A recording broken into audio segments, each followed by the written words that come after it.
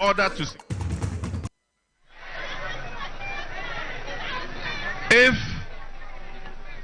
we don't rescue this country, the future of our young people will be in jeopardy.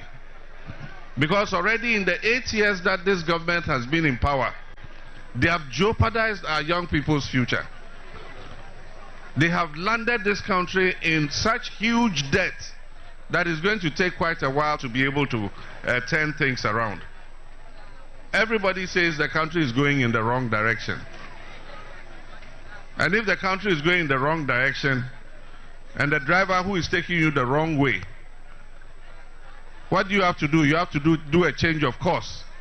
And you must get a driver who knows the road. And that's why we say follow who know road.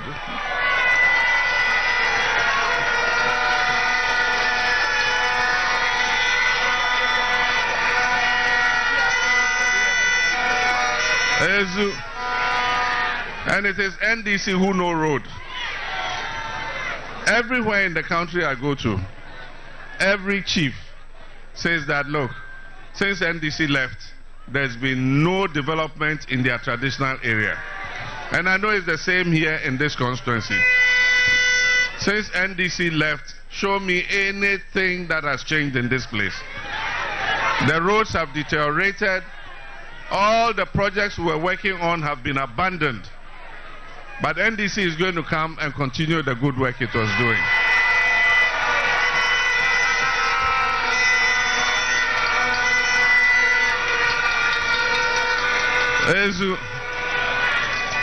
We are going to come and continue the investment in infrastructure. But over and above that, we are going to invest in creating jobs, and jobs for the young people.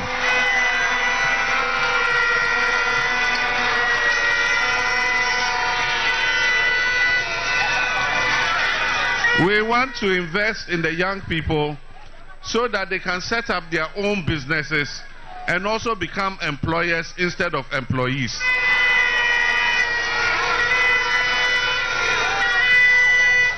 Volta region has a lot of potential, and we must invest in that potential.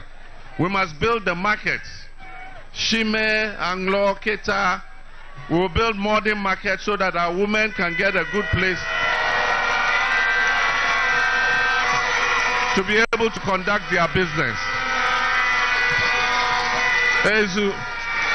We will repair the roads so that we can move goods and services and passengers up and down with ease.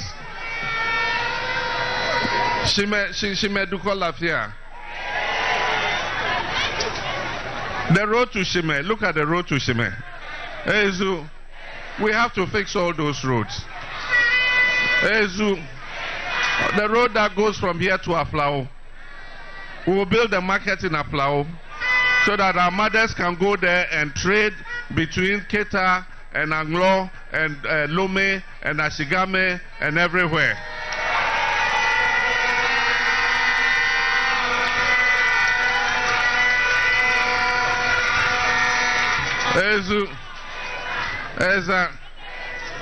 There is a lot of potential here, but we have to do some things. We have to dredge the lagoon. It's getting shallower and shallower. And so we need to dredge the lagoon so that more seawater can come into the lagoon. We can expand salt production so that more of our young people can get work to do. Anytime I come here, I marvel at the hard work of our young people. Every small space has a small irrigation project. They are growing shallots, they are growing carrots, they are growing okra, they are growing pepper. If we help these young people, they'll be able to make more income to be able to look after themselves.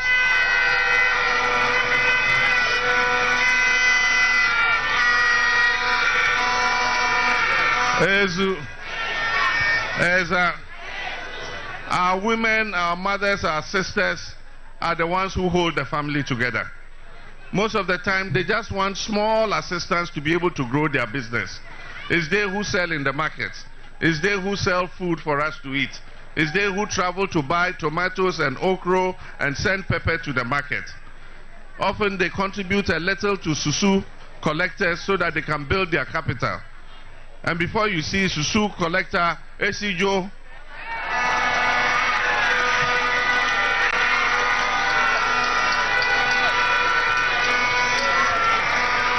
Ezu. So we are bringing the Women's Bank for women.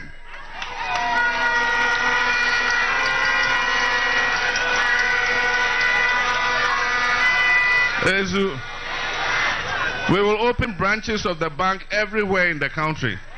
And so when our mothers get their 50 cedis, they go and put it there. They get their 20 cedis, they go and put it there. And then when they need a loan of 1,000 cedis, 2,000, you go to the bank, they'll give to you very low interest, and then you pay it little by little by little by little until you finish paying.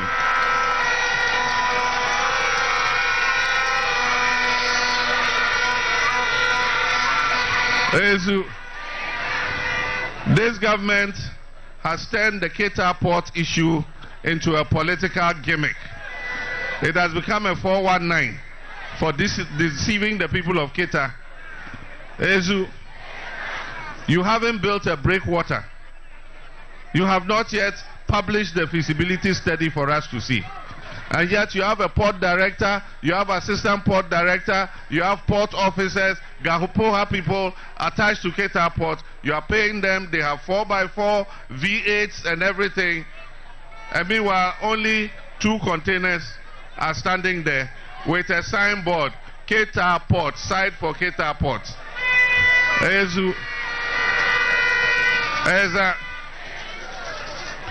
Once we come into office, Cabinet will ask for all the documents on the Keita port. We want to see the feasibility study, we want to see the designs, so that a definite decision can be taken on the port.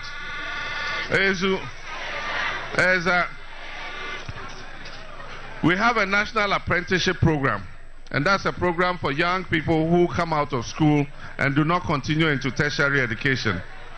We're going to register all the craftsmen in Anglo-Keita area, and you must have a suitable place for training apprentices. The district assembly will be giving money to pay you, the masters, to train the young people free of charge.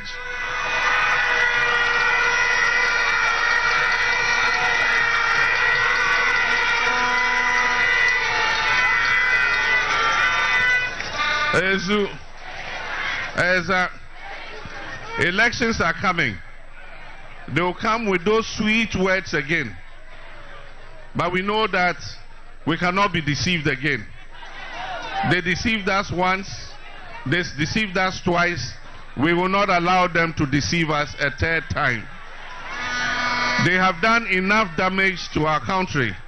It is time for Atiglinyi to go back to the bush.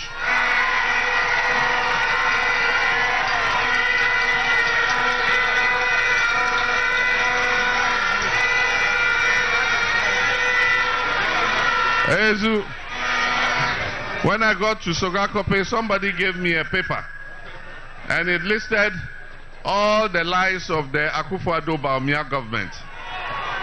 And I was reading it at Sogakope. I'll read it here too. The first one says, I shall protect the public purse. The public purse, they have stolen the purse itself, not to talk about protecting it. The second one, he says, I'm too old to steal your money. I already have my own money. Alakpa.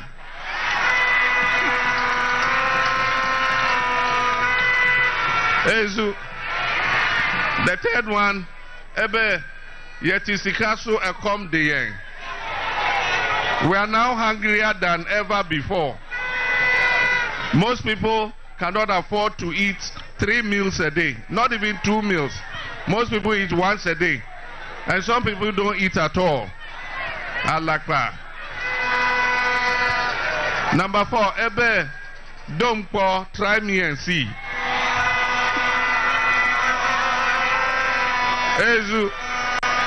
Ghanaians have regretted for trying him. We don't want to try anybody anymore. This country must be driven by experienced licensed drivers, not drivers' mates.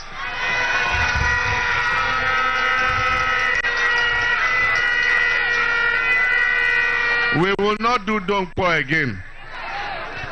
It says, I am not corrupt, and I will never be corrupt. Allah Akbar.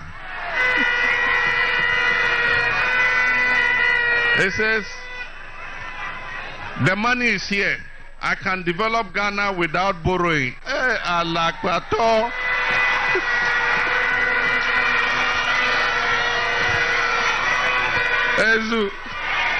This is when they borrowed more than any government in the history of Ghana.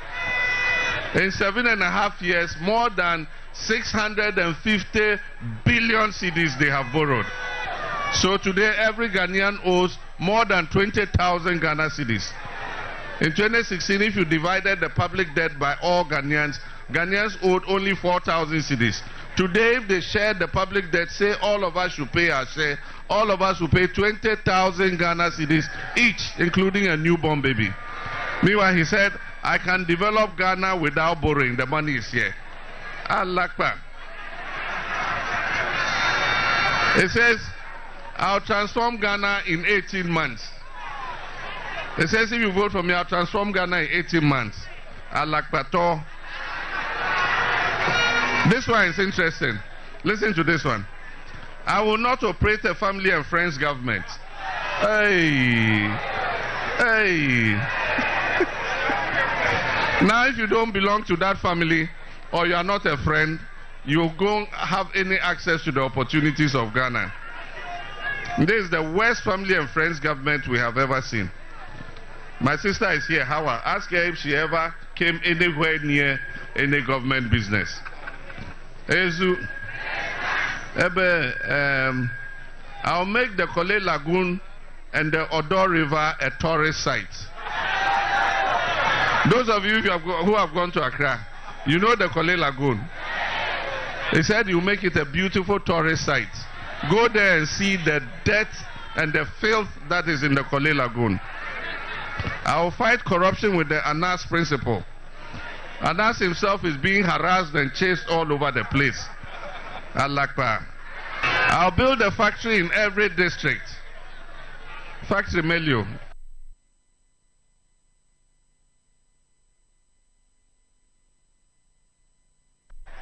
Where is factory?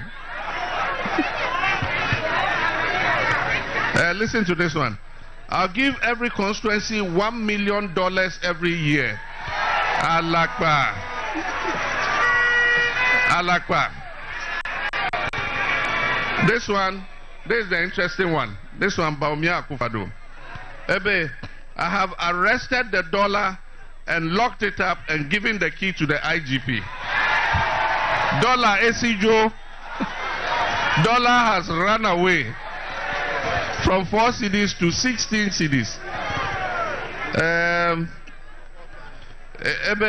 The hike in fuel prices, petrol, will be a thing of the past. Allah Akbar. Fuel used to be 14 cedis a gallon. Today is almost 70 cedis a gallon. This one, Eben Nuka.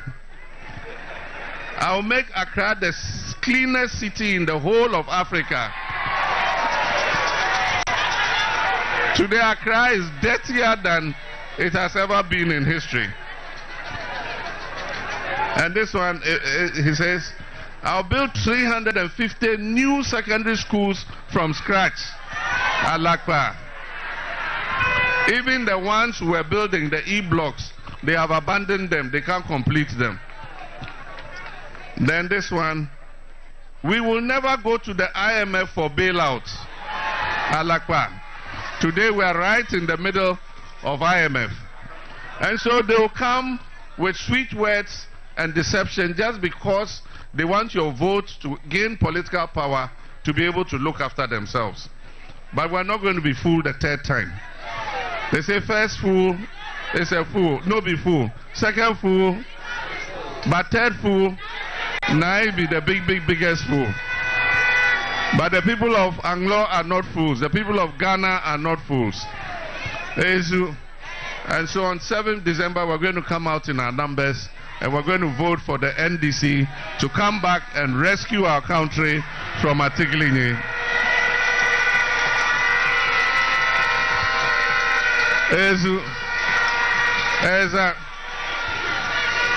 They have made a lot of money in 8 years. They have plenty ega.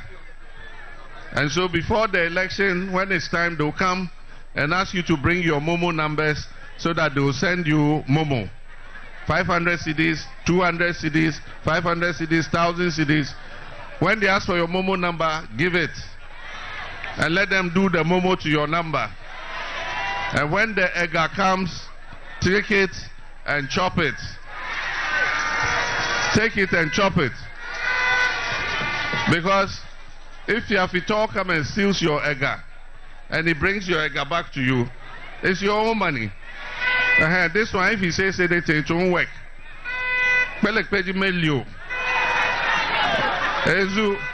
If you chop the ega, nothing will happen to you. We went to Asenov, the same thing they did, house to house, 200, anybody they met, 200 cities, 200 cities. And the people of Asenov, they took it. But when it came to voting, they voted for their MP to remain as their MP. And they are there, nothing has happened to them, no kwelekweji. And so, when they bring it, take the money. But when you go, remember your 8 years of poverty. Remember your 8 years of hunger. Remember 8 years of economic crisis. Remember 8 years of hardship. And vote for the truth. NDC will always tell you the truth. We won't say what we can do. We will say only what we can do. We went to Togby's place. He's giving us a list of what he thinks are the critical things the people need. This time we're going to do infrastructure, but we're going to invest more in providing jobs for our young people. And that's why we're bringing the 24-hour economy policy.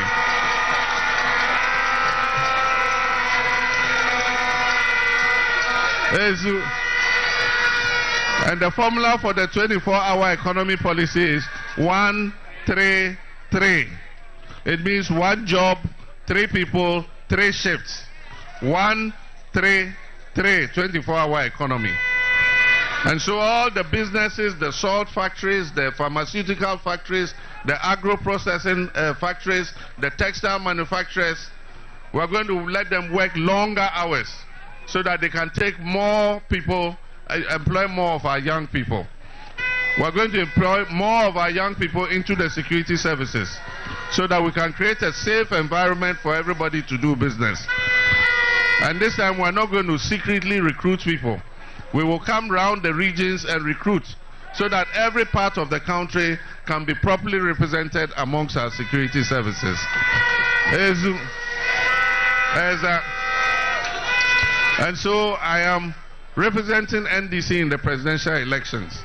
And so when you go, you see my photo, JM, and then the Akatamanso, the symbol of NDC. Raise your flag, let them see the Akatamanso. Yes.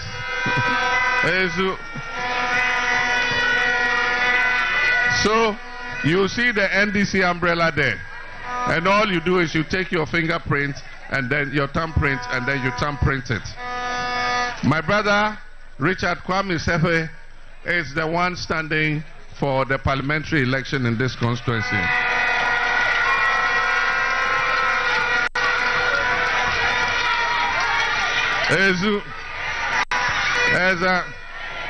So when you vote for JM for presidential, then you vote for Richard Kwame for parliamentary.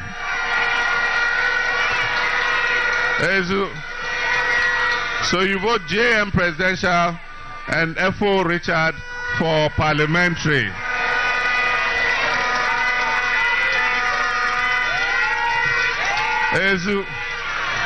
On 7th December, all of us are going to be polling agents. On 7th December, we'll go early and queue and vote. After we vote, if you want to go to the market, you can go to the market. But remember that at 5 o'clock, go back to your polling station and go and watch them counting the votes. When they finish counting the votes, they will fill the pink sheet. And the electoral law says that 1 copy of the pink sheet must be pasted on the wall of the polling station. Now listen to this carefully. Make sure the presiding officer pastes the pink sheet on the wall. And when he has pasted it, all of you who have mobile phones, just take a picture of the pink sheet. So that after we finish counting, if Fiafito come and try to change the results, hey, Fiafito, Fiafito.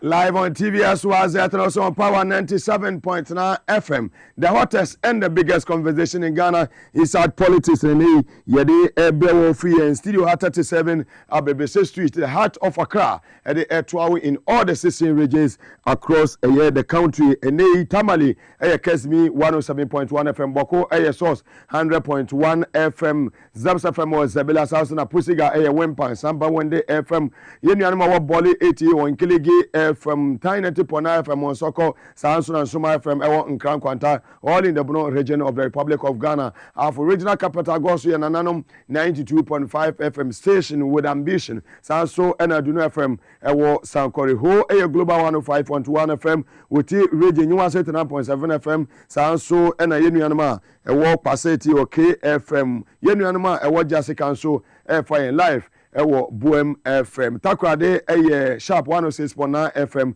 Samsung West End 100.3 FM so ewo Ziama Elembele in the Western region. Yenu anima wa London ye Fire Life Radio, Energy FM Radio, America Memo Virginia, Apple 68 FM on Multi TV, Digibox no so Radio SWAZ 3.1, Sanso and a Facebook Live, Power 979 TV SWAZ Ghana and on YouTube, SWAZ Broadcasting. Midi Edi Mugabe Maase and Sama Edi everyone yinano above for me to midi ebrewo Medimosis Clinic and Eba Center Eda Maase Edi Asida Edi Mawomo Sanso and a power specialist about hospital almost so and you more Asida Safari Valley Eco Resort so Eka Amuzu Eba Clinic Edi Amuzu Galik Bites and Eboy Hebron Hills International School was excel and shine almost so Kahun and Edi Jumedi Ebreona S natural mineral water. Yabora Electoral Commission Asuyona and Sama Boba, Director of Elections and IT, or no Eddie Simbia to Dr. Mane Boama, FA provisional year register. Yaoma Boyis Yabona, Onfa Emma Amontene, DIN Ekoso, Deputy Director of EC and IT, Eya Madi Jibril, Madutia Kaya Makwaba, Ediba TVS was at the Power FM Swery. Organizamoso, Mijisa Pumboko Ewie. Adam. Very well. Dear Nekoso, Yama wo boss, Dr. Maneboama Aba Mountain, Ede Sema Betuja Efa Electoral Commission ho, Efa eye abato krata na se nwoma eye register ho. Oda roma boyimu. Number when I went here with you for you. Yeah, register, registration. Mra kwan so, I was Electoral Commission on my provisional register at the podcast party. Na yentimi use staff provisional register no enfamboa enhwe limited exhibition ebe ye no na after say omuchiro say embedi register no which is 24th of July amukache say 24 hours after say you submit your pen drive no omlemaye edukura na miro no short but as a party yetinya mase no if you do say okay mumpa sa but Binu Kase asked Binu Kase to say crap or no. So provision register and the Electoral Commission to come. Wow. And this as a political party, they say, and I'm going to be a mutu. If I home. So the Binu Kase probably say, I'm going to make Electoral Commission. I call my colleague, I call Akobisamu. Say, and then I'm going to say, no friends, and in the course of you. And I call almost a year ready, as I call you. I confirm. But yeah, sure, your own baby. Nina, chief star, Electoral Commission, Kenya Kate, almost talking via Amaye and these difficulties in terms of following Yama Omeo register, no heavier, as you money on Bayomo. But as you know, party is ready. So we are always ahead of them in Yama Omoye. But say, ready show some register. When you come a month for Electoral Commission. This council for our person yanko signing peace park. Omu issue nyama be timia nyama for the maba enka ho asem. And that is why we are raising this issue. The Electoral Commission nyama okwenya say mumma obia provision register. Up to date. Almost 2 days ahead of us, 3 days ahead of us. Never start exhibition. Not political party the provision register. Very well. Nti the sisi anu mo kan say mo hwe ni mo akosi ene akosi anwumre samo sabetumi aka provisional register anya sa na apatre. Kan e se ba ti ni say onkrofo na mabon. And mischief no more warning. They will want to mess up this election. But Agyapa also say a when be so I be sure elections no because we no will do. Tricks be our mayor to favor our opponent in the EMFA. And that is why we are already ahead of them to raise the issues to the public. Do you think I'm person of best peace park agreement? And this year, after echo about 2 hours, you have my provision register. This council, be a month in can accept. But who was signing paper no more register? Let's embed echo. Madam Gabriel, you better have any other was say, baby, I will Mo boss, Dr. Manebo, Money Computer Man, mobile Juma, Papa, Mokoso, Namon, sir.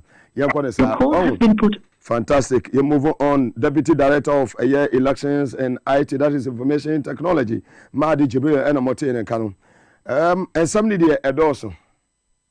Now there be a mekase Peace Council for some fun when we do organ ha. Waste of taxpayers' money. They are useless. You who almost so far so organ ha. Yakoto aba ameni part 8. Yakuomo. Peace Council ya antemonka ABC ne. Aka bosume miesani nefu akakire bi ekoto aba register provisional register o se yisidi ba no ye na adwese wonyere won fa emma mote ho obi ayedin obi aka ho asem ma mo expect say ye bekwa akoto aba on the 7th December 2024 nti monam say NDC mesan peace park agreement mo ye useless fa so bi enemo so from top to down the way am head e be see ade nyina muni Agyapa edema eye Ghana da bia na metena meka se moka peace ni eduru ba bia obi aka peace asembim MPP kun wotwe in 2020 omunim say omo wo mema and now Brother Chapo omo na mo kan kwase asem say we are not going to hand over anti peace council kan wonam say oka asan kwase asem na ya to obi aka ntino wasanya ho aba say omo ba we ne any means omo ba yusu no omo dia we ne power no omo ba yusu oka wi na what radio so no Jimmy fo no na or justify the waka and it will happen again. Se peace council tia ni yakو NDC 48 na president ne council 4 kire abusuan ne say a few days sa na president council Ghana for say a few days ye pe na say NDC ni ba ko kura police station ye NDC ni ba ko ebe hwere ne nkwa no nipa 100 beko say MPP o ma dwene so omu beku 1 ewo that police station na MPP 400 ebeko say MPP enku a NDC enye hwe kukuru ni jaya keke kere ni bejayo ya boy won say we self defense na waku 8 2020 now we say we better use any means to win power in 2024 we hand it over we send a warning to all the political parties say abano ekwan bia so we bedi nkonim we nya wadwe say we lose kwa be hand it over na ukun 8 peace council some fun amoto wa mudi ayantem nka no afi ekoto aba aka 3 months no afi ni who peace council mo nya some fun na mo pamba bi ntra we be any time at the mamo said the judge say do nkati aka adwoma ma de apeso no ye ni obi any peace park agreement bi aye okun NDC ni ba ko tie na tie me ye wo akwa obi yankum na okun ba ko a wo nkofie the English want to know right now they are cost of 5 billion Bema camp apanyi bi akwa akofa eye belt ayabo edi aba compulsory baby ana tando ewo no na brante bi afa ne tando no this are 4 pa waso ye ho de mo de na ba sha wono the angels want to know say wakwa akofa belt bi aba sa belt no eye compulsory say obi anye ne anti-free salary man na the angels want to know Bema camp tension wo ho ewie brutal the starting radio no make you say angels no wo mu de makopiem ewo Bema camp and the same office one makoto paint yeah force modi ma soldiers for ne say we be anyi peti baby a wote na yanti every eye salary man na ene ma nienu na mi bi sam awie from Bema camp 5 billion ho say soldier for no dia kwaso no eye good me medical aka barracks mo lusu awie munko de say aman separate the pay to the force at the ma soldier for no say beje ni boy say e beti afri wo salary mu ye the bet aye boy ye the aba force ye beti afri salary mu the angels want to know say bibi say kwaso ho ana power to the people and the angels ne ade wa call aye soldier force ye obema camp 5 billion angels ne the wadru aye national headquarters aye dampare no office wo. And today I'm not talking about dampare.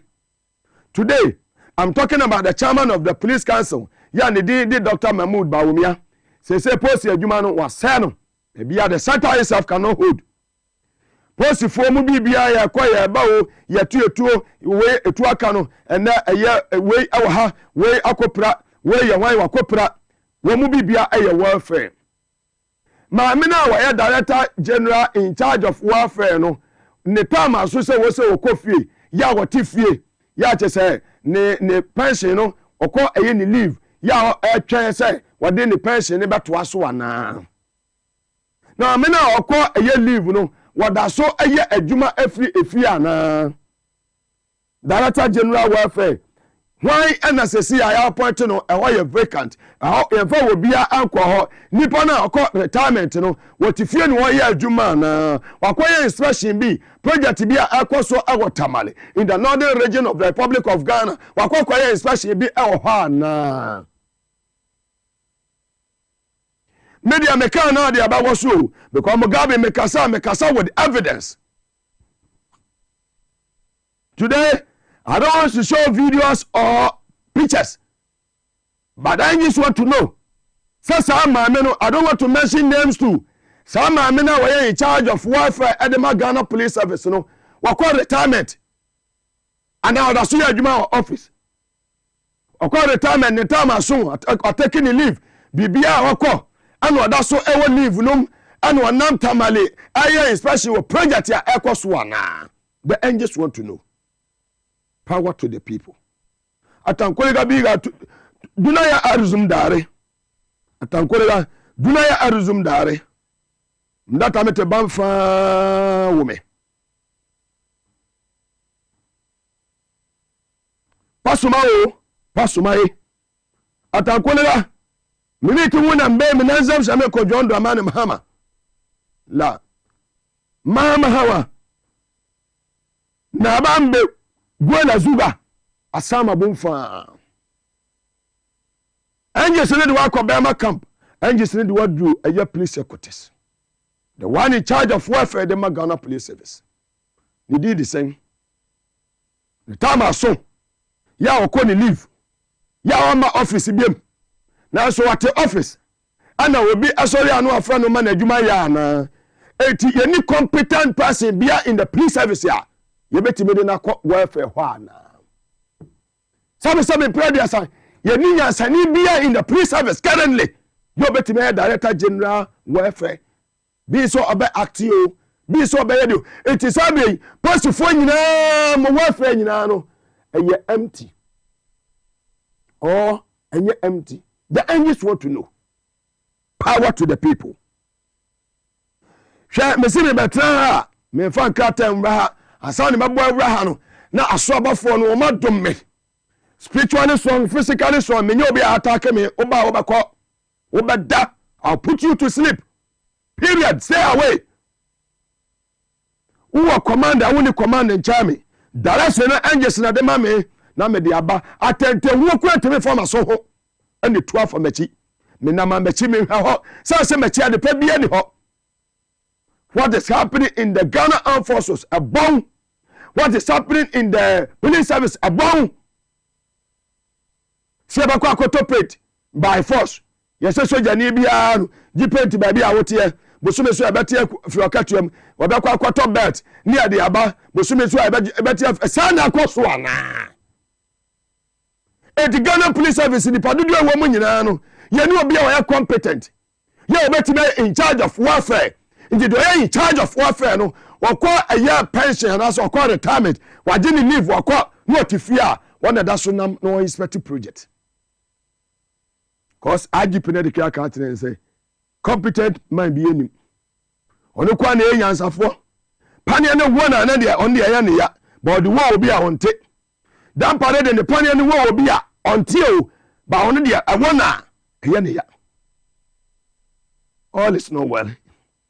The security services who are national security minister pajamas sabo kai now Agyapa Kelewele who was CDS ya one ne nkofo eko awo baby o mabatena ho a now officer we 3 months to go into elections.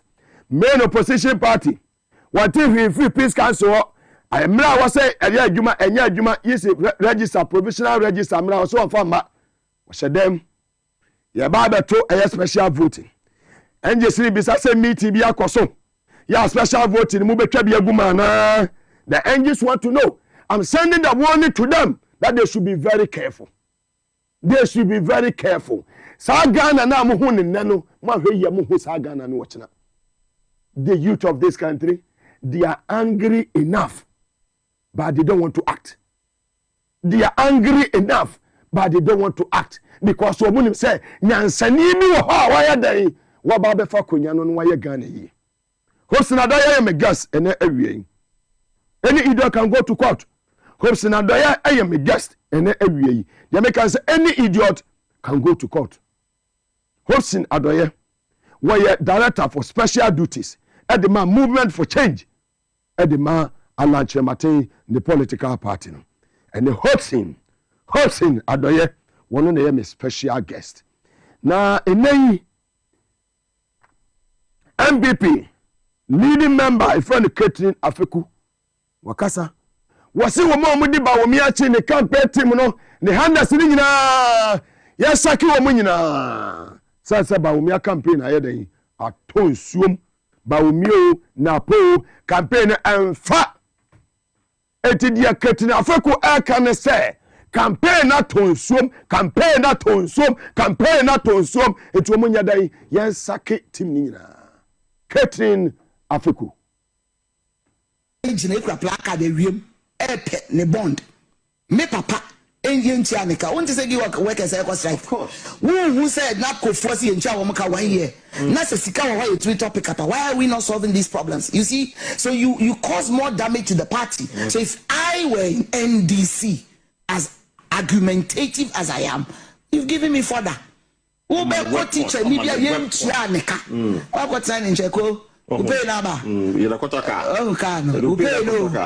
if I can do it, they will do 3 times. Until one more handle vice president campaign, they need to be sacked because that picture it caused more harm to our general parties.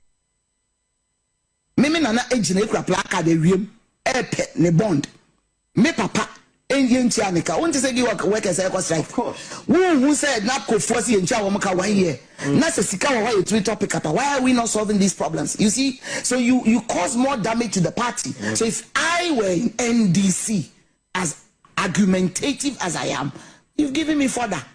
Who be what teacher media yem tia ne ka what got sign in cheko upay na ba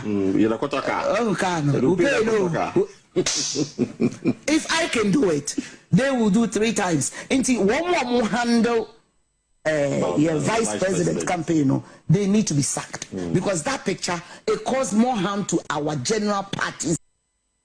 Very well, and that was Catherine Afeku. Was same more baby. Hope so be bujagum. And if you read to a movie too, you be same sa ewaganha. Chaskele ni about bossa. Peace council for mo copy baby ntina.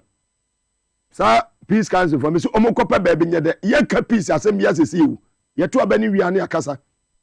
Ye declare John Mahama as president elect we are. Mo bibia no maka. Say ye hia masem bia. Nti peace council wo te Ghana ha from 2016 basis abre wo te Ghana ha. Ano wo be no mo play e Ghana ha. Aka 3 months ye kwato aba.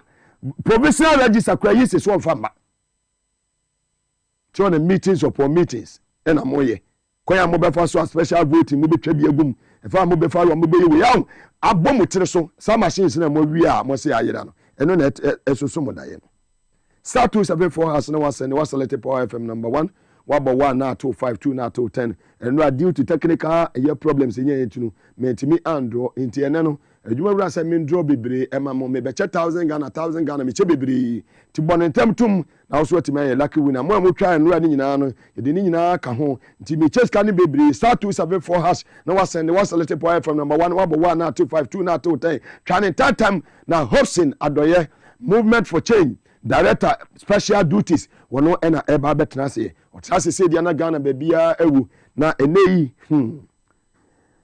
yi rade bɔsɛ wabroni di so anana na Akufo-Addo ne to hyehye no sɛ MPP fo nyina bisa sɛ Mugabe di Hobson ba nei dia na ɔbɛka ho asɛm dia na ɔbɛka ho asɛm dia na ɔbɛka ho asɛm dia na ɔbɛka ho asɛm sɛ wabroni wɔ Canada awie yi yɛkyia wo na kɔnso ha ase ban Mugabe sɛ wabroni asɛm ne deɛ mɛfa Hobson kɔ hɔ wona abakyɛ me baabi wona abakyɛ me adwuma amenyɛ wona abakyɛ Hobson deɛ ɔnka wo bɛma ni monyamfo sɛ wo abusua mu wɔ ɛyɛ kye bi wɔ aka mo mpɛ kye bi saa efie hɔ no ka mo wɔ bɛma 10 gram te sɛ Hobson Adɔyɛ na pa mo wɔ sɛ nipa ne ba ko pɛ ɛwɔ mu aka mo mpɛ saa efie hɔ no ka mo mpɛ any idiot can go to court me ba sisi ya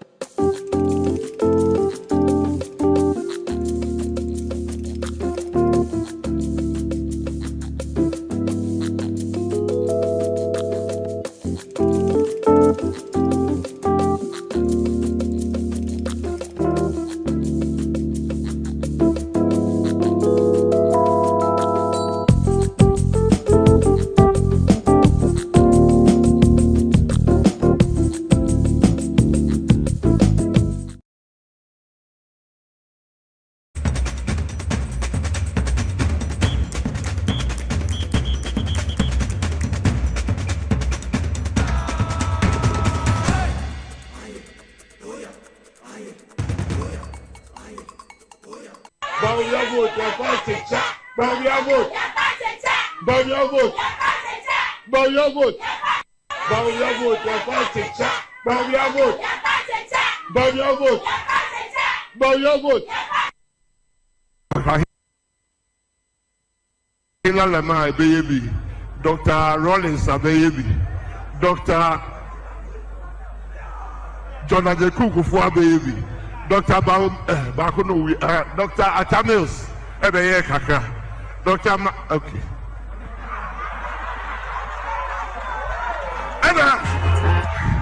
Fahila Lema baby, Dr. Rollins baby, Dr. John Agyapa baby, Dr.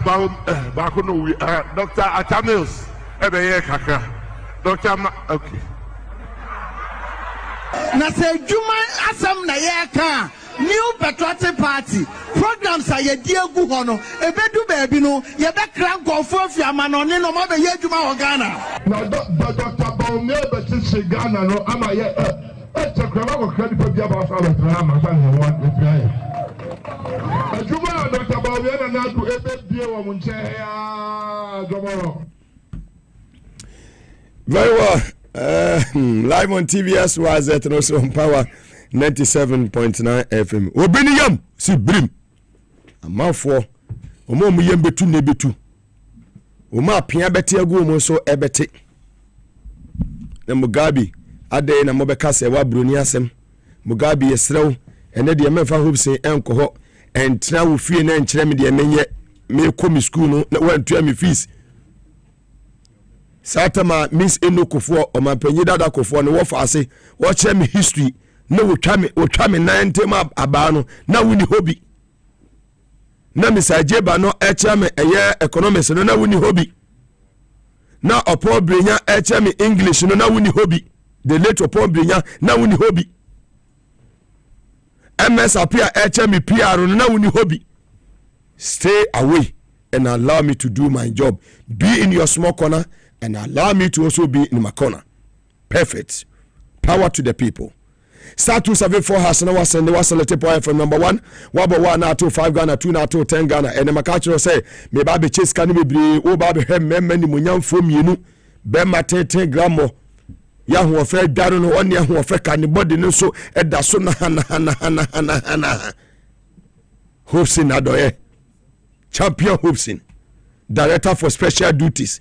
Movement for Change, former leading member NPP, and then when we see you ha kase wa broni asema na na kufado ene na ne sunu de ejatom no ho so che no ho so che Hobson Adoye ene o ha ye baba be digana ho komo Vig over live from Kotoku. Oma muhwe nyina nyamishiramo na atwe majama ena yenua eye akole municipal hana oboshi shop biatum se kuha nyame ya aduma Sunday program no honorable Ashi member of NDC parliamentary candidate for Odododio obeba ha live with yenua ba eye dede monshano so Sunday 6:30 pepepe no ofide na eda ha Honorable Ashi oni enu aba dede be kankran a kirewo Dr. Zanaton so beba omoto ato aso saa be kankran no a kire eyetimamfo monto aba ema NDC. Hey minimsi emphasize wa broni ne na sate ana say yeko agyapade num ye de agyapade ye document abeto abonten ne ye ka ho asem yenu obi edin bo ba mu nsem ne de o se magana fo hu di wum and the production team no ebo adwuma Kevin Asante Raf ene Peter ne team no mo bo adwuma papa sifa mo koso mo ne sa Kofi the boy ene eye new atachifo no mo bo adwuma mo koso mo ne sa abati bi na wode ne sami ade no so ana adum no mo kan chen se nemo mi ahwe so cause high yes me angels na famine na wie yi ena menam menia be ma 10 gram yes sir we dey na daso na hana say kan dig na poma be ma 10 gram ne say fita we yi na bodwe se kama ejire sada ne semu onimonyamfo piawo that's it otufu aka se e kan etete no na asantefo ko eye Burkina no makofa mosifo na o mafa dagomba fo every northern part of Ghana na o mo ni o mo ma den abewo no manya mema tenten te se alanche matemo John Mahama mo na o ma den o ma di ade ene de ede na me de Yakopo de ebiase wani mo nyam kura na amanfo tawo asewo sesa ema wo wi de da so kama sei yeguso kakra ameti ase madam ne abushafo ni yawo de se obi ahoye ho e fe hopsi that's it ho fa ni ba na eba yeah ti opposition so Nyankopo hwe so papa ameti be didi na what is our bro ninka what the me sha se free baby hey asamba badabi sha se free baby and ever electoral commission sha se na ever him ye can say I me say ye di kai mo nyina matete say ye se de me court sani ate no kure court na de me kono rate no Daniel Mafo Oforiata versus Hopes in Yovia Doye. Only media general for. Second media general. Okay. No cre say or change the Mako court. No cre. A change him for Uncle court. No cre so a chema de Mako court. Okay. Individual. Your friend Daniel Mafo Oforiata. We are secretary to him and no interest say. It is individual suit. But one saka. Na meka bibi achiro. Agyapa de document ya ye ka amanfo ka na den no. By impedi bibi SSC enra. In the Agyapa book under telecommunication. GVG. I ko for mu say omumra no mo ma mehwe how I be monitor for course. Me we are make kind portion natural. Enura Agyapa no mu enura ma me hu say eh I didn't say hu amba book ni hu 3 days ago ana me lawyer friend me ya bo bia samwa say ye court obo ma me be no every week na say me report yes mo anu say enura no o pese wo ne me ko eti a boy 11 yehia ho ofre me wan fre obi abiem wo ka kire me ma mo bia mane empo nipa me ne no kokra no ntese kokodu police station hodom no no onim se hone ye ko Ghana vo munje ni yo ye kodu ho no na belief from the high court police station ho ejina police station ho any national security ni me see ya I have a year for and I'm say Agyapa de farmer me. E ho na me je na me san. Eti enura confirm to me say Agyapa de na wo kan ye say yemfa na ye monitor opposition for gina wo de me kan ya kire wo. Na fe yenhwe ye kan say within the party no mo omo aye trust omo ye monitor no enura it confirmed it. Say ade a me lawyer friend me lawyer so catch him say woni obi ani hu komo. So how did the belief get to know say me ba police station ho 11 a.m. How be now? Hey, this is serious. Me na make akiro. What if you na mo cancel from can say influence masem. Say fabrication. Hey, Agyapa de bugwe. Mo farm in konsa wom. We stay talk, we analyze it, we discuss it everywhere. Wo bi sama body di ni di na mabody obuku dum ento ande ye court asem ye dru court e bukwa koka ho asem no munim the explosive se be pie na nka omo afọ mo adwene de dada wo ni pa beka wo ye dru court o mbeti voices ni ade amabobọ ho o mi se di pa ye ejimi fo de nam dum ha ho hope say dia na woni ma yenim wo de nyabotre mi se be dru ho num wo de o mbeti se court no ko a judicial break and yes on baba first week in October the October na mo ko yeah be fairly appearance bibiana ya shase da wo mu behu se sebe enye Ghana fo nyina na ajimi sa o jase yɛntena se ɛnhwɛ ɛma saa abusuakuo ketewa bi ɛma mɛfa Ghana japadeɛ nyinaa ɔno deɛ yɛntena se. We are going to talk about it. Look, we are judging out Chakunya, so it affects you and your family. Adia si sa obabenya nani pa ba ko fo so ofa. Ni aye di ni ati wodi ehwe. Look. Sir, any problem. Be say some huntina ye ka de say court wo hodum. Ana me boa. Ana enye say wodi council court ade che say wadi bem. Eya asem ne kwakodi. A documenta I am not the author of it. It is in the public domain. Me say when you read lawyers read here almost status almost I say there. I say na say the government start or one state of Gaza was alleged. This alleged and order the kwahiva. So on there no. Tenti mo bi ansuro say oh ya the hopes in me say look let me make this special appeal.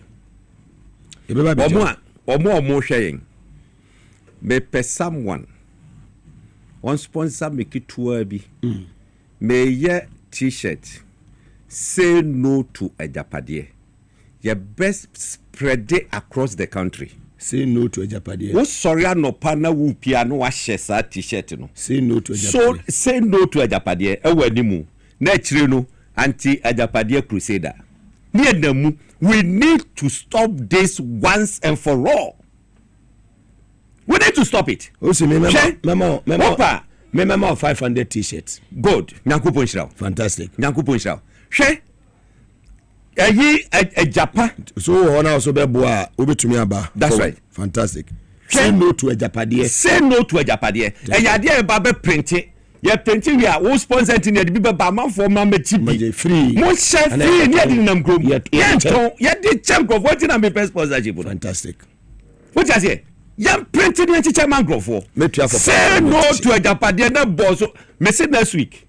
Me next week. TV bia me appear also bia no. Saturday na me say. Say no to Agyapade. Ghana for let us stand firm. Let us stand firm. Yenche Ghana nsi wo. Second independence. Na me me ye hunu me o. Me ye hunu me. Hwe me say Sabukui. Last time me no ka e ho asem bi. Me ba me mbuka hanche me ka bibi o honti.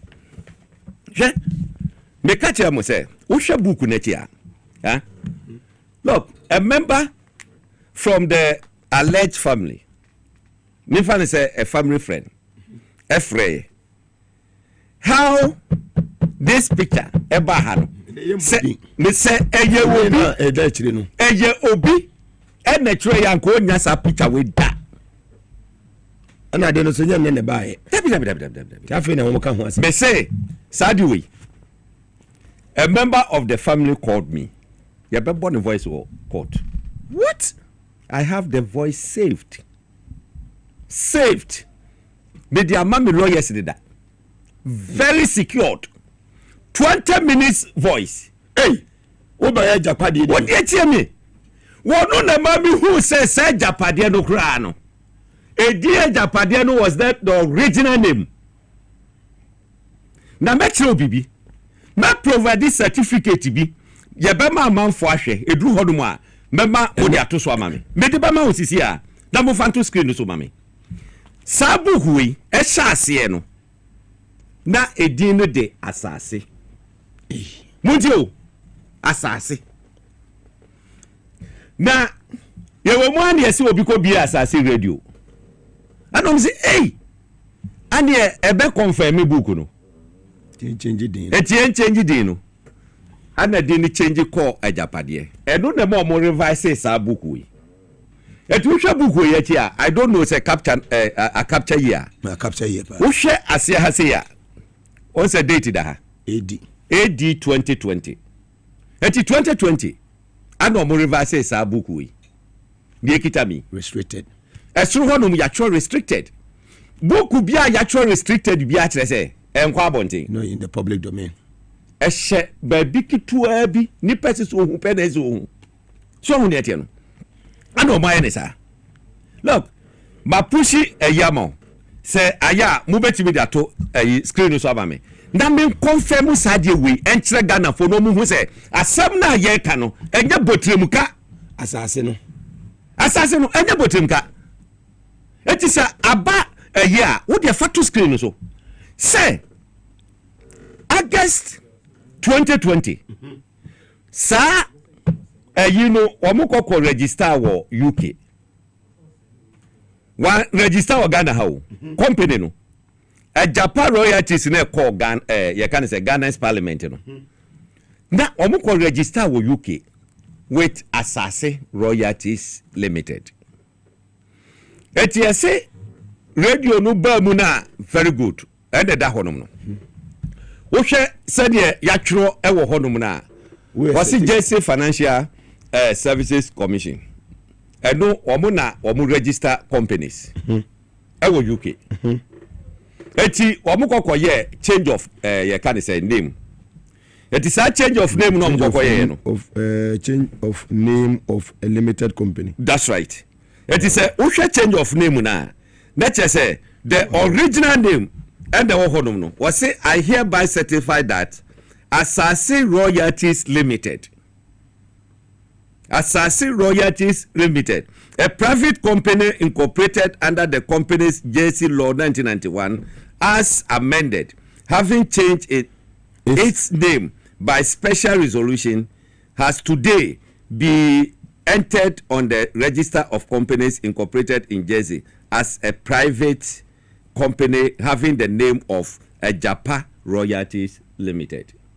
Company ben om de call parliament say ye gold ne ye minerals nyina wo na bagije you know Agyapa Royalties what om call ya minority e walk out no anyway it was done date no e was so 10 August 2020 yes 10th August 2020 moti wonu na manfo yusu mu adwene moti wonu mu say this is serious moti wonu mu say Messi say we toko we o makofa be ya do mo be court to the letter this is serious wa kwakwa traba bi say wo bog for pa wakofa emrantie 8 say omontita be you know they will come back and kill your people.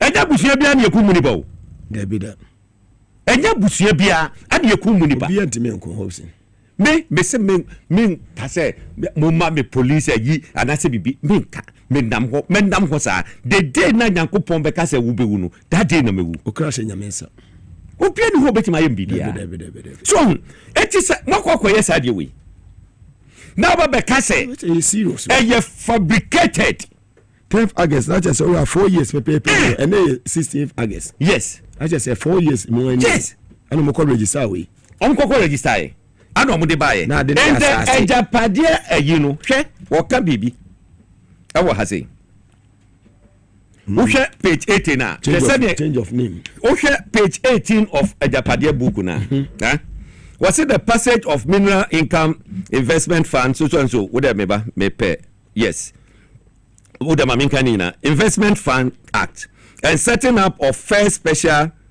purpose vehicle Agyapa Royalties in Jersey would allow us acting in various capacities and through our friends to acquire majority of the stake to be listed on the London Stock Exchange and the Ghana Stock Exchange. Wamoye Agyapade no omanka say ye gold ni ya de nyina no omba be listed on the London Stock Exchange. Tie no omba be kan wa. Sia. Omuvize ye Jimmy for ho.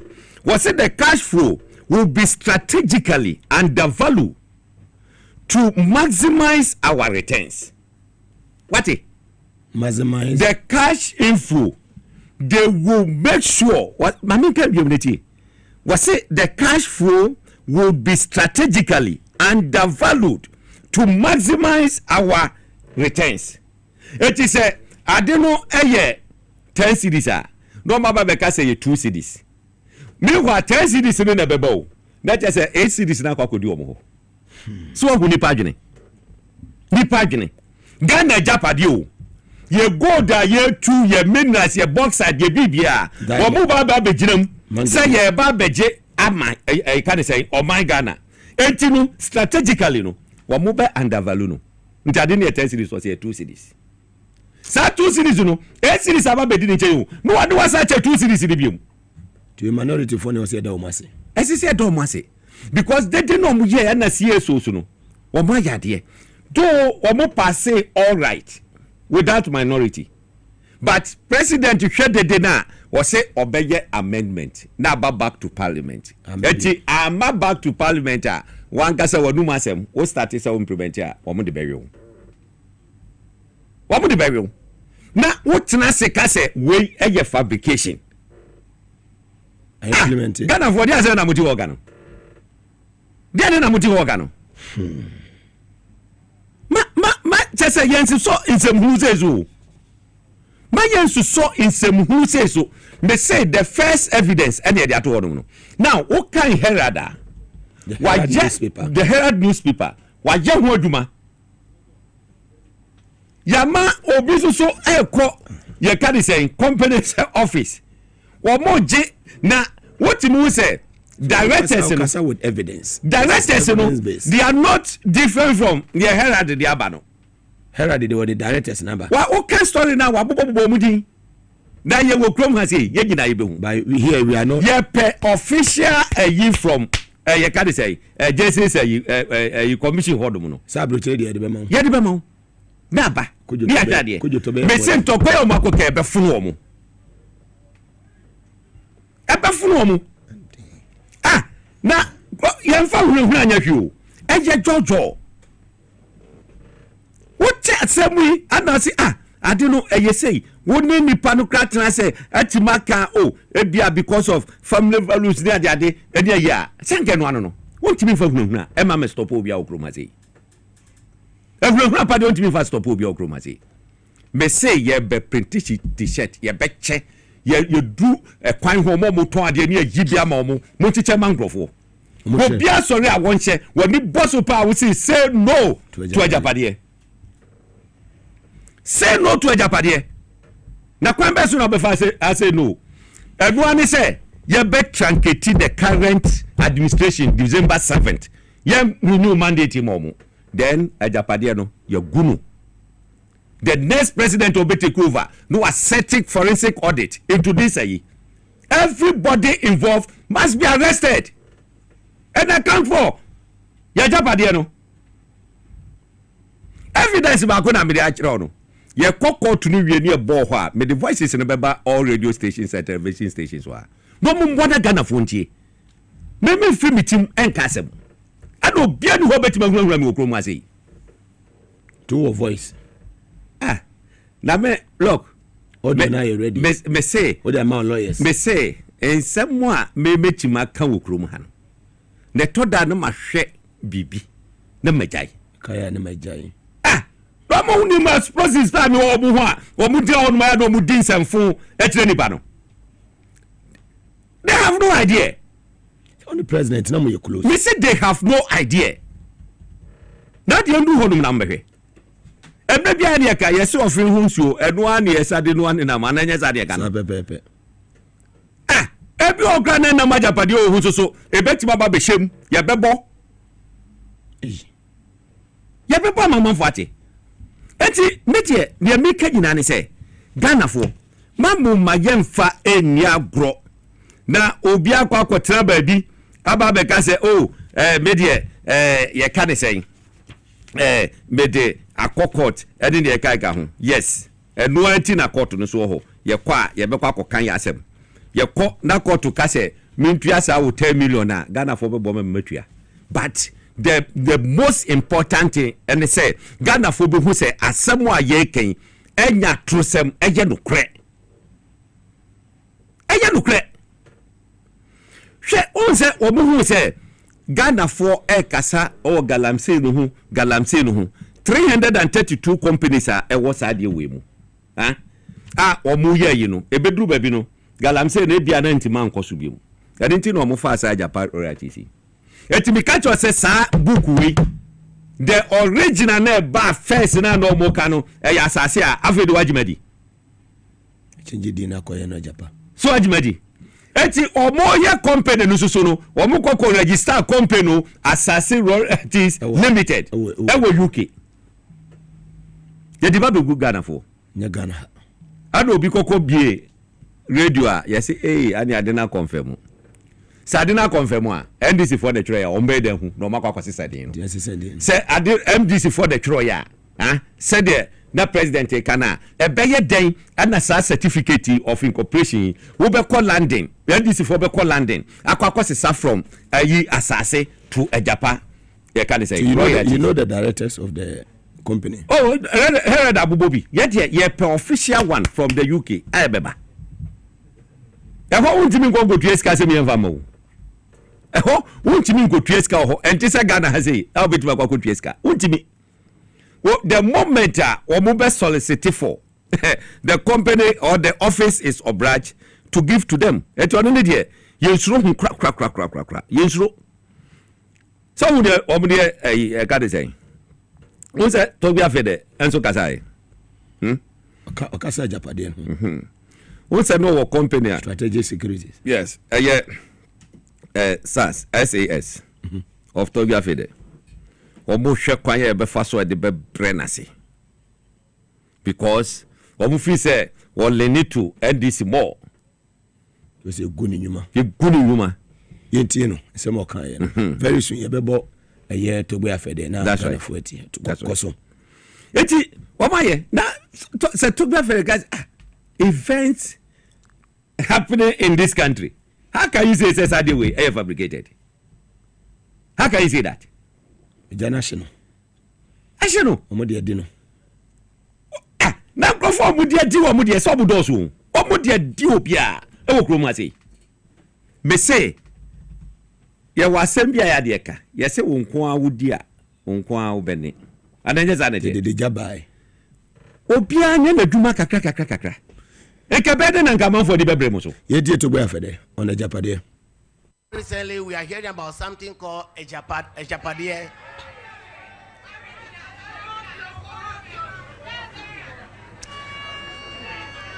And sadly, my company is also mentioned in that book. My small strategic African security is also mentioned in that book. I find it difficult to believe that that was a genuine document. But of course, certain things that we go through give us thoughts to the contrary. I recall that in 2019 thereabout, we received a letter for us to sign, pre-written in our name, to sign to resign from the group of companies that advise government on its bond issues. That came as a shock. Another time, we had a commercial paper outstanding with a state-owned financial institution that had not matured. Suddenly, we had debt collectors at our door demanding repayment of money that had not matured. So when I reflect on some of these things, then I begin to wonder. And only about 2 months ago, Yoko was at a small factory that we own in Tema, Pioneer Kitchenware. We're just majority share owners of a company that is going through hard times, closed down. We're thinking of reviving it. And Yoko was there because PKL allegedly was owing rates to Tema Development Corporation. And you wonder, what did Yoko have to do with indebtedness of a small company to, you know? So when you look at all of these things, then you begin to rethink about your view of Agyapa. But again, you just reminded me about my involvement in the startup of Data Bank. So that makes it even more surprising that after helping to found that company, I could also. Very well. So, Ozen, I said that work. So, strategic African securities. Yeah. Now, as a man make a face, Oko page 20 of the Agyapa book under telecommunication. That is 1.4.4 under telecommunication. Revelation. And no, and no, I have say no makan. And no, it a confirming mammy direct implementation number. Say, just say, a year juma. Eti, yeti, walk us over to baby no you. You know what we are talking about. Make us so bitty baby no me. It's I say me to me trouble, me no grow for you go. Ah, near be person booting in me more money. Me more money. So on your was it currently? We currently do not have much foothold in the sector. Too, under the communication, you know, the critical role that telecom companies play in the lives of economic fortunes of this country requires us to make a strong entry into the sector. Would you?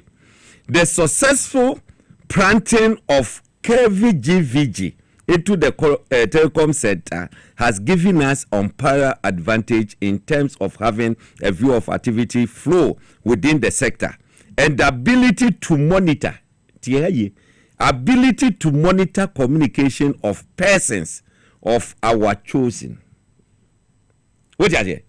Eti ne omo pese omutie no ne select omo ne monitor omo.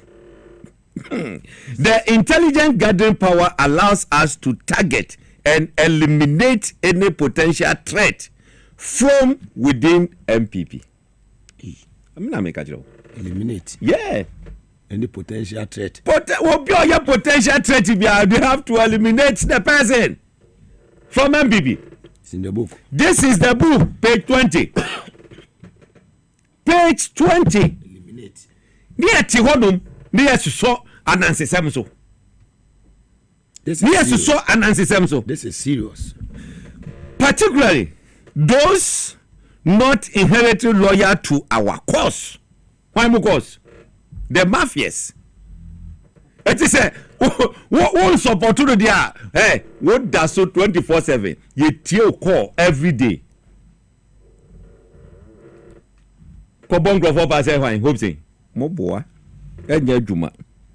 To our cause. Luta. And to our cause and Nanes cause, which include members of the opposition NDC. Any NDC woman. And the woman. Page 20. Yes, Kevin. You can say Kenny GVG no. Eba na Imani Ghana. Fighting no. Franklin could join any team. Nani pa be brain ti ase. I say na Franklin cry, dear grand na see no so a. De sa. Be monitor o course. Sa na wonim ne eba. But who say why you post to say adena kwa yi no. Sarcastic ayi. Omo monti ase no monti ase. Omo fi so attack me. Agyapa no attack. O ka bibi. So ho ne tie no. Sabi ma we nyina koso okrum ha wo. Na me lawyer frame me no me kwakoduru ho. Na bailiff. Eje se e court premises o. Ye ko police station. Na bailiff for free high court. Aba be gina ho no mo. Ah yen kan kire wo bi ase ye ko ho. Ya fa ma office. Ya fa ma ofie. She, mo dia mo ntena ho. Na ba won office ento eti no wa ye din wuti honom. Da ye so mu na ye so wabusu mu a ada obohu say yes. Ada nan kai say me so original. Eti ye de time is now. Time is now. Etu de we no yemfa ento ho kakra.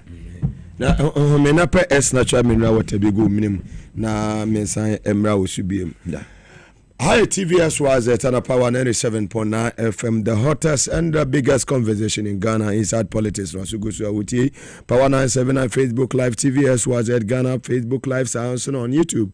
AS was it broadcasting. Oh, like in our share, more Germany, France, Belgium, Italy, more Netherlands, more Scandinavian countries, now Muti, Sweden, Norway, Finland, and Denmark. Munina, Yamamunina, Kwaba, Edeba, a program. So, Nipaduana. Ena ehwe ene awie efi amanene mo amwo UAE ene mo amwo Saudi Arabia mo nyina no ye mo bia emo bia kwaba ede badwuma die so ensem ho ya ene ibibie mu ede ama timamofo a wo mo wo oman mu Your first like I say, Muzo about clinic or the Amuzo Garlic Bitters and Boy Power Specialist about Hospital, Safari Valley Eco Resort, Hebron Hills International School, S Natural Mineral Water, Medimosis Clinic and Eba Center, Omunina Techi and Edujimedi, Eddie Ebro and Evi, and some more.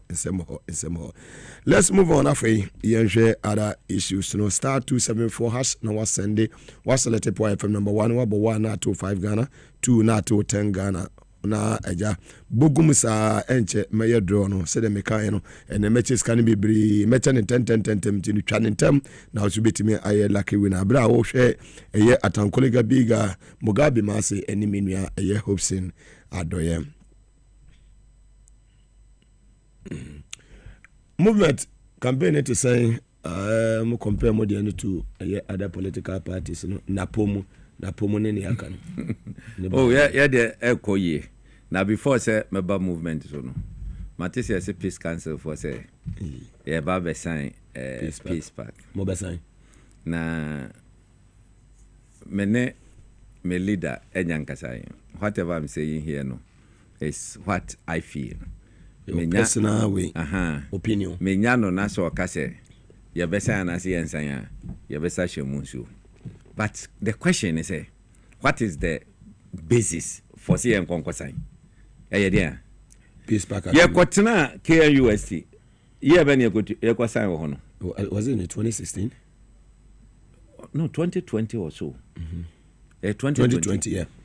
Otun for the tenamu share or baby KNUST. All candidates, presidential candidates go and almost sign kama. And the almost come bro for kesi ewie aneja ye free honum. Ya kokoto aba wie na de ne sie. Nipa 8 ni we. Nipa 8 we no. Peace cancer or more response ye den. Activity ben and no more undertake. Dia no maye. Peace council for no visiting Crawford or Muye no or more parents or mama and I said bibisa compensation. Eti ye ba beto a year dear twa budget amamu. No the dear so obiaba besaya you know. Sani ya de. I don't think say a ye. Number 1. Peace council enka first thing. Ubeti media share parties no crime say no we are here for business. And he say a minister of state bet threatens yeah hand you over. Nkade de nkesa moye. Nkesa mo ba out. What ye mo meye no krokro de jonkra. Mo be ka bibi say asem no kan no kra. Ana mo aka na bia na mante dia. So mo aka ana mente ye dia fine. Na sentence apa dia. Wo mo ye mesan den. E dia de ne mesan.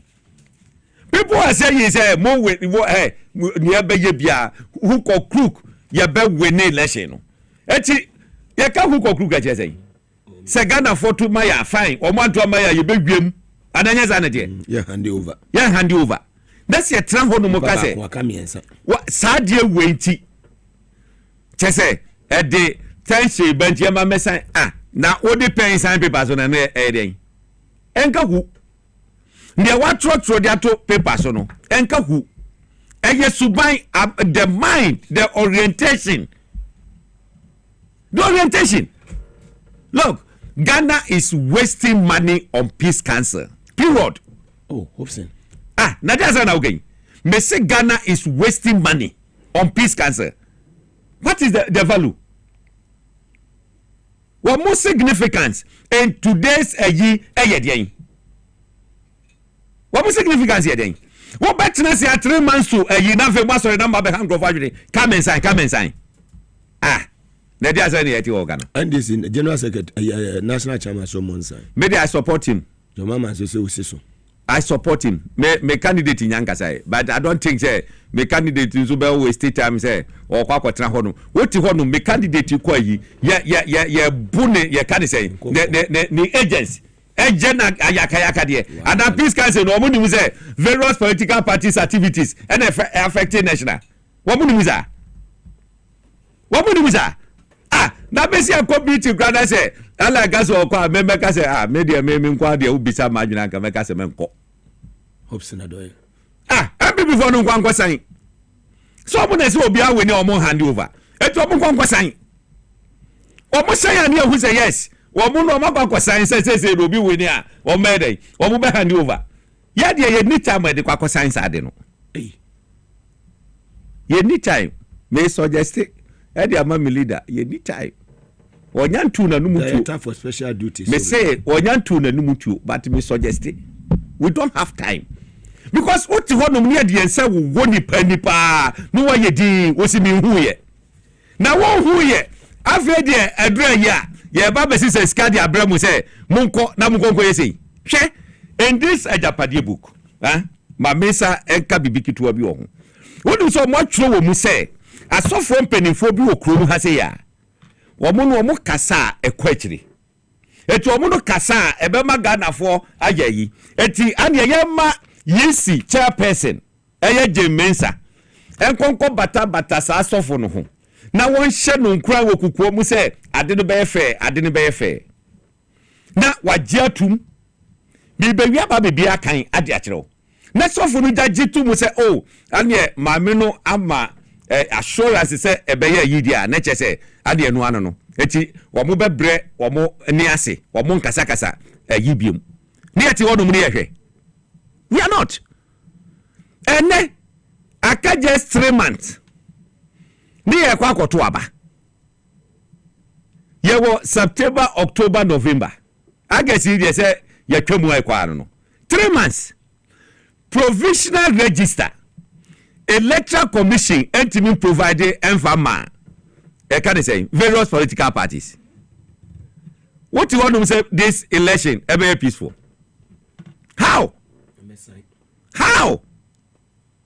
entino so mo pese ye hu say eneti a ane ye hwe Danka Williams ne Agyapa ana Sam Kranchankra ne omo keka ho Mesa Otabe ne omo keka ho bugu akata mu ne omo de bejamo no muni ho idea kra ne omo de bejamo no kwa mo faso ebi grade ese mpiampia ma kra nko hye wo mo ebi susu yankota chi wo mo numa ebi susu yanshada nko mo bribe o ma kadi nyina National Chief Imam kwa yo mo ba faso a se wo mo fi se papa na di over 100 years eti ebia na nyankopo aton safe no kwa yo mo ba faso a wo mo ba influence ama the next Chief Imam aba be yo obi a wo support MPP ne nyina e wa Agyapa buku yi mu uko page 24 ho no mo a eda ho si pages ni nyina wo ewo meeting wakai ni nyina si ewo meeting page 24 ade yakika wa ha no so Bishop Agyapa Sam Kranchankra Pastor Benson Otabe National Chief Imam page 24 okita bia bie ni omu ba beye adai monko mu ya frunti Otabe nya ne de wo msi se ni Otabe sitie wo mu ko ehyiamu bi na ni anye ho wo mu take decision bi e fa the banks nsam ni ade na ni anye ho etino so mbeti mi kra ya hwese ebeti ma pian ba bi kra kwa kwahye na ade wo trase na wo prane evil say na wo tifie e defend sa rotway na you see ebebi ana me ka say Nyankopon na wo bo ni wiase no ono a na hwe na ade so eti nipa de wo betima abopo bone wo betima di samoni wo duru ba bia Nyankopon say hot wo be hot kwa ye fa so asabuku we wo mu ye meeting we ya wo mu we fiye e ma de ka table so mo obi kokko photocopy ye no eye Nyankopon pe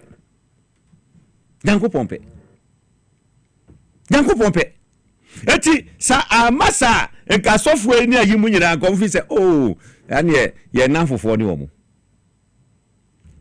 se uhu ni esi wakati da ho mu nyina yi mu ho afrim Otabe akade pa mienu pe na Danka Williams so wodi Dagwood Mills wodi so I mean Pentecost for no ni ade so anabam omo nyina ni so onyina nde oda so onyina wo so ho ade aka onyina ne kusibu ate ne yipe ba me me mame me mame o so ye me ya papa former Maase yes ayi aya me ya papa light and salt me mama pa me respecting me cha for mama say ode no ho akwa forest ade no oye obi o no kwa for pa baba gubi o mu de ada ye ka de say adum you adum TV produce hey that guy say would him now send message Agyapa de be ye on wo ho wo sofu na ekusi buate a etidi what do you mean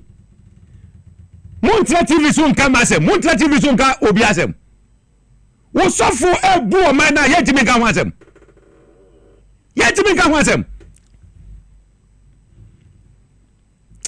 na me catch say hey step aside se ko jina manipa no ka asem na ko bo say dem me head no ka me head no pa me no say yes my head no what bodam wo sofu ntidi sofu a wo mo discover asa chichema o yonko asofo kra da ngwa wadi o evidence o say o evidence na dey o pa ye bebo akire no wo do ankasa no voice a amafo oni amafo akasa o ma record o pa ye bebo akire no o se die na wo ayi ni ma wo amafo esuro na nipa o tena se na o ka se o be ye ade a o be ye me se me strategic politician to win the power be change strategic politician power be system eti minu me pick me nuama just like that me wo hu say be ne skani oborobi namoda emre bia me ne street for na efi ni ho me ne street for da nenam kwa ya me fasu nya me nuama de me fasu am nya me nuama wo jase eja mu nja sansem hu no mudi no yet what pam ye gigande sika 50 something million am ya ye dia kotu amna keke ja no ho $58 million ye ja no ho chese enfo bia ho was financial loss to the state me say Ghana ho look emre bia me ka kire mo say we need someone obe change the architecture of our political system danka president free so yetimi prosecute president send you ko Europe omo ye no send you ko US omo ye no eni ade no yetimi yes ade no eno na basa obi betena konya no so a nipa ne ye too careful ne ye ja obi ani man blank check no church ni opa ye wo obi ohodum a wankwa aban mu ni aban mu eso corruption ahodo eja tiketwa eti lifestyle audit yenye obi ohoye opposition next call beto aduanum ka no nya bi ya ma aban mu anka wawu declaration of asset so nya adwuma ya ma aban mu anka wawu ne si agunu mafi na ya artificial go lodu sikaza na ska wunya nya nam ne ya de wi a chese ho beto we say nya artificial dan be na be still what does so twinska bi e kan Ghana for sedien Ghana for esedien ya dum krofo omo nam honum ayo ross na shisha omumu oha kroma wo kasika fo omo edeka ho within 8 years wo mo abeye billionaires na mumu fisi ajimi hwe me ba mi kasa semwe se me kasa na obi kasa be the pain ene kasa mejitum obi kasa maye bita mejitum hwe obi bia wonjintum no na adwene no naka wo wa ha sei wo ye adwuma si ebetu awka na wo ye adwuma agira na so obefiri abese midnight wo akoda by 5 o'clock wasaba na boso mi aso ni antu aga si o mi nya bita na chese bibia tochi wo wadwene no mu wo jase edidija na wo kina se mo anya kwan a bia si Mugabe de Oko dance wa mu rafi. Uchechem amanfo etrete wo ni ade omu rafi. Eji se ebasa pe na se nioma bia ntuto ye na wo sori gina na wo kasa oh Mugabe ye bita jitum za wo ye bita. Understand. Jitum. Me de me life, me family, everything. Ekoji wo bia di ngwase. Na wo say I should not be bitter. What do they? I heard you out there. Yeah, ba ho. She ye ka dey say madam fui say do agongo. What is madam fu ba no?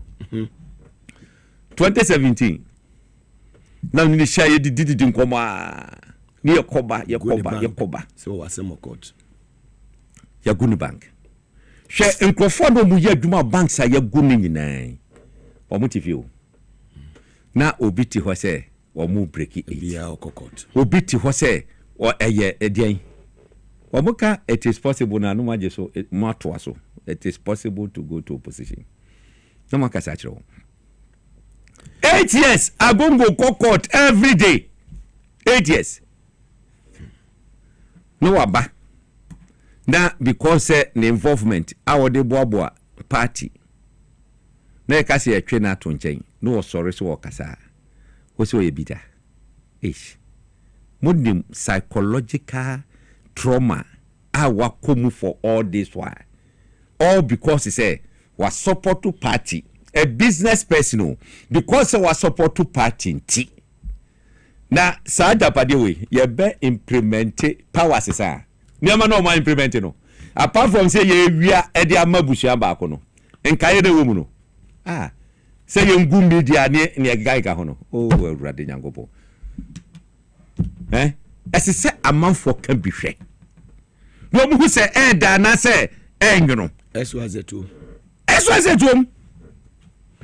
SYZ2 Radio Gold Capital Radio eja no ne ka se wo ayi amodo hu mode na ngese se wo ja ho no mu no Radio Gold no so Esla wo ko page 28 ya no so almost score extra 70% ebra wo gu Radio SYZ Capital Radio Muntie FM and many more and then kese se wo ja Radio Gold akoko gu page 28 in the document me the forward metima ka say aresate sa dia kwakosi ewie TVS was at an power 97.9 FM Yenua Hobson Adoye director for special duties movement for change and no year 111 exclusive interview at the 337 BBC Street in studio ha Accra na oka sembi se ono de nkwani ni BBS wodigi obi oka say to aso enim guase na ye basisi a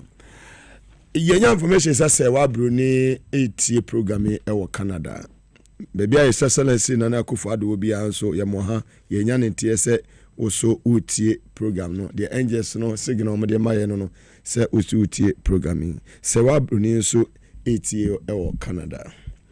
Medimosis Clinic and Eba Center Semen Kancho so what the Medimosis Galley Capsule said ya ba idwaso pharmacy shop na heba shop be ben won epebi nennom wonya bia bebo ye papa pa ema no mema nom eboa mamoja timidi ni pedua no mafurisa ne ye meka eye blood circulation eboa ema eye boost immune system no ema ni pedua no gina ne na so brane woye be ma prostate problem and etete or sexual weakness minua ba eye female infertility ana minua be ma a male infertility, a hypertension, diabetes, sciatica, a typhoid fever, na a malaria, netity, or a stroke, and I say dental problems beyond.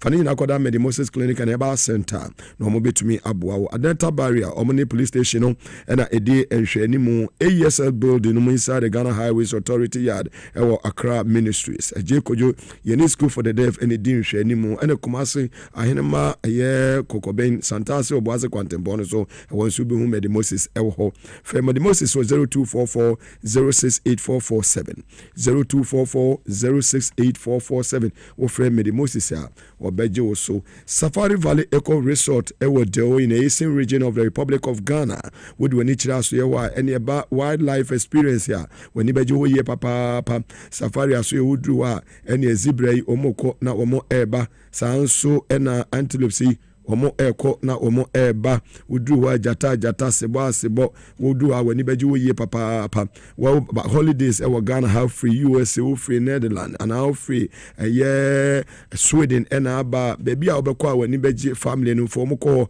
no money enyi ho ye papa Safari Valley Eco Resort swimming pool ho omo gym ho omo nuane no so no local and continental dishes ye be serve ni nyina bi ho from 0596914394 0259691434 wo frɛ na yɛbɛgye so medimosis ɛboa ma wo ɛyɛ nnupa no na safari nso ɛboa sɛdeɛ ɛbɛyɛ a wo so no wobɛtumi ho atɔ dewo in the eastern region ɛhɔ na wobɛhu ɛyɛ Safari Valley Eco Resort.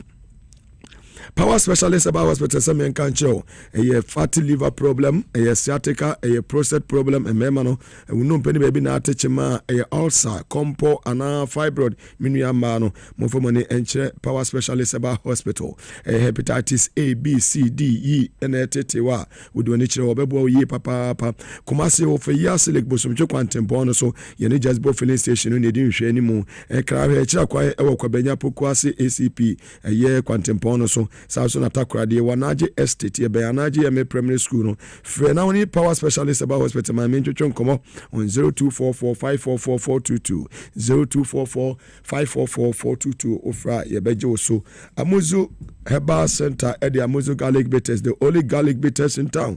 Amuzu Garlic Bitters. Bois Unya Bina Unuma, Moja Timidi, Peduanum of Frisani, reduce a cholesterol, a free Nipeduanum, a sound control, a urine flow, and a bois. Prevent fatigue and weakness, support the pancreas, and reduce high blood pressure, and minimize high sugar levels. PB nanum Amuzu Garlic Bitters no bit me about pharmacy shop be and a herbal shop be remono ubenya be ato fair Dr. Amuzu on 0247776743 0247776743 ofra Amuzu ebejo so es natural mineral water no every year may come shop be remono ubenya be ato remfa one region wo open super pato and one s natural mineral water odu ani kire SYZ broadcast hanso at 37 BBC Street ubenya bi ato ma won say messages bibiri bi mo send message from Jubilee House say almost hope say wa bruni ma won ko ho say wa bruni ma won ko ho president tie program no angels no boy asutri so mo say wa bruni hopes nko ho na president ahwe ya na ya man ne pressure akoso awie and the pressure de benyamba sanse ho de e de ya be hit ho say wa bruni no ya be hit ho eni obi ni yem so wim na je say no ano no Hebron Hills International School samen kanche open school papa e de ama oba da achi ne oba na achi besi ni ye na bibia konkan ya Hebron Hills International School ye wo a year media of the Sanwam Road, a year Montessori Tete ya for Banebra, Busumina Kosi Busumi, a year Busumina Kosi Fienum, not just say entity Papa Pano, Montessori Tetiano, Bani Benyabi, Sasuna lower and upper primary, so no, Aquina Ho Edema Bano, media of the Sanwam Road was excel and shine, and no any Mudin, Hebron Hills International School, or more grade A school, Biajo Maya Day, Atum. You were calling another room at in the Jumedi Ebro Power 97.9 FM and TV SYZ. Yama Miliata Shama constituency or Western region was Mugabe. I'm enjoying the show. You are doing a fantastic job for the NDC. May God bless you, Mugabe. We need you in Shama. I will be there, Mom. Don't worry. Sweet mother, baby, I will be a way obachi. Sanso and a chana any daddy in Minia Bema. Michabusu and in hosting Adoye. So ewaha live star 274 has no send the Wasalete Point FM number 1 1 to 5 Ghana 2 to 10 Ghana.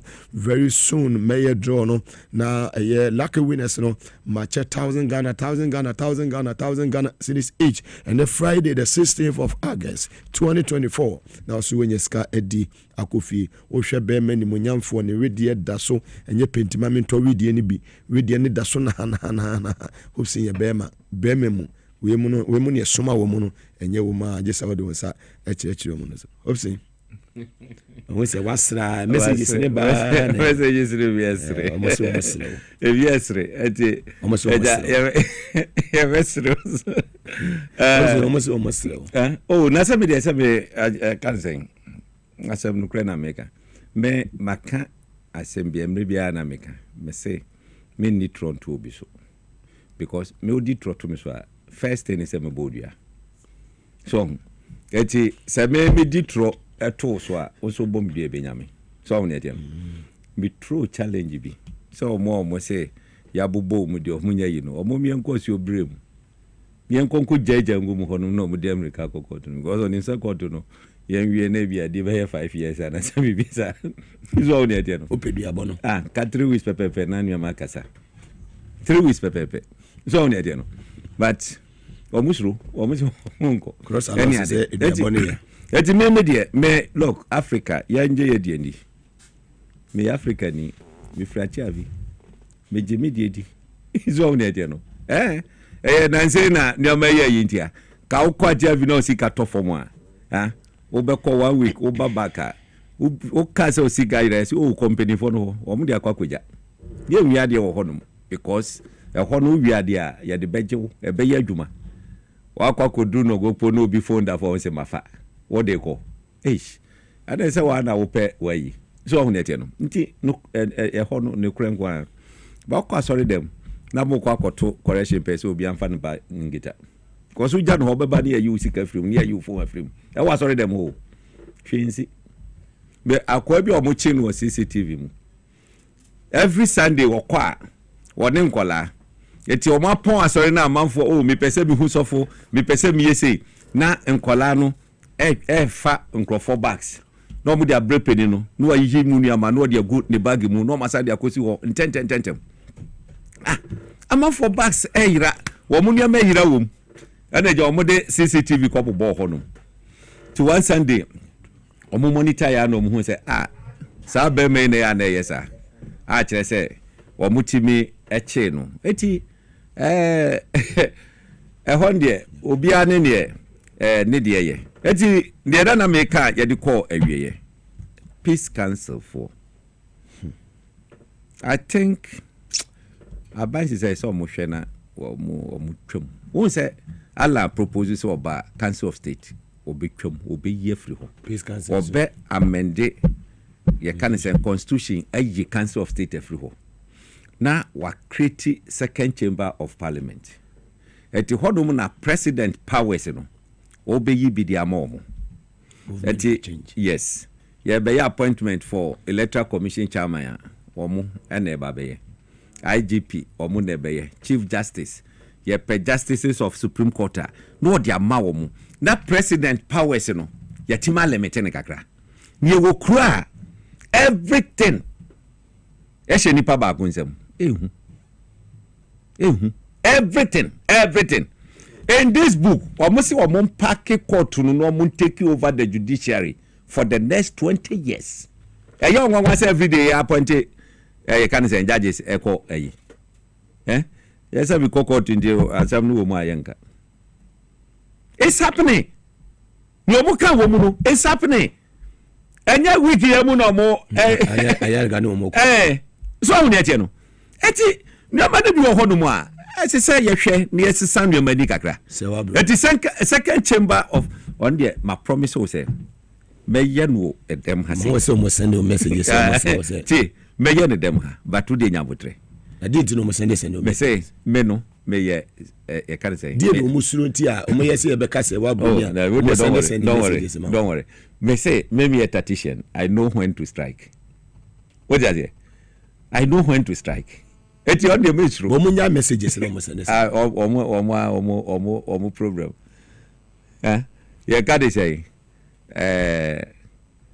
producer am born this year on so crash and ne eti makache onimu ntokwa wo ya benedict you should stay out hope senado you should stay out so we dey no eti no credit there ye beka eti no ba wo safi ya limited president ne powers ne kakra no ene bema like omahimu nyamba betima koyi ene everywhere president eti Minister Fafo no ofra GPCC a obon se na ne hopo. O Fafo no ofra electoral commission boss CC a na ne hopo because oya omo be yi. But the second chamber no enye say president ba be ye nomination akoho. No, o de say nka dada na. So we dey no. But second chamber na nkasa. E de be hu say okay, IGP call retirement. Ye hear a new IGP. Second chamber na nkasa na be hwehwe within the police service.